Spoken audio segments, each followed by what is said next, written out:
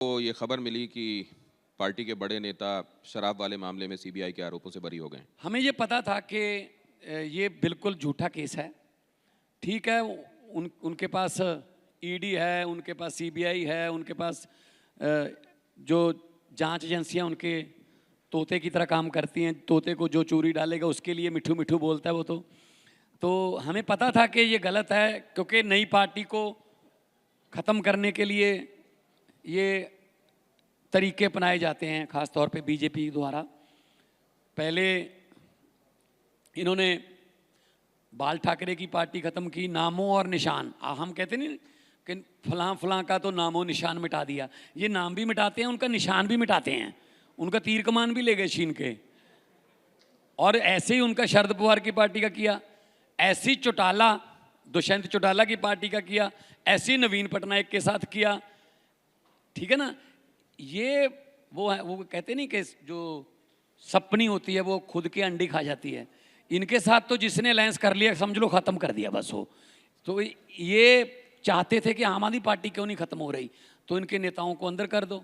जिसने स्कूल बनाए उसको अंदर कर दो, जिसने हॉस्पिटल बनाए उसको अंदर कर दो, जो इनका सुप्रीमो है उसको अंदर कर दो। संजय सिंह वहां बोलते थे पार्लियामेंट में, उसको अंदर कर दो।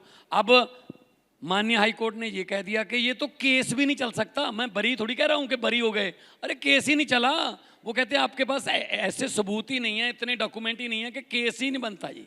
लेकिन दिल्ली की मुख्यमंत्री कहती हैं कि बड़े नेताओं ने आपके सबूत नष्ट कर दिए। 150 से ज्यादा मोबाइलों का डेटा उड़ा दिया गया और अभी तो हाई कोर्ट सुप्रीम कोर्ट बाकी।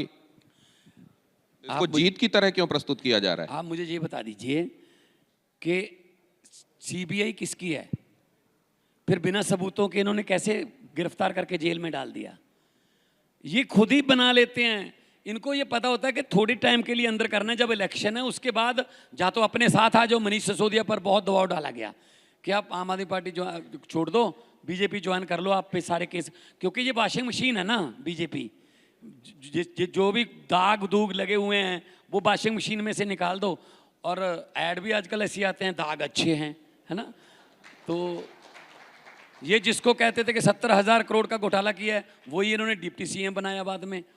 जो महाकरप्ट है देश का वो बीजेपी में शामिल हो जाए वो ठीक हो जाता है। तो ये सिर्फ पार्टियां खत्म करते हैं, 24 घंटे इनका देश के विकास की तरफ कोई ध्यान नहीं है कि शिक्षा कैसे देश में अपग्रेड की जाए, सेहत की मामले में अपग्रेड किया जाए ना, कि कौन सी पार्टी तोड़ी जाए, किसके एमएलए खरीदे जाएं, कौन से मीडिया वाला क्या बोलता है, किस मीडिया को क्या कहलवाना है, ये इस बात पे रहता है।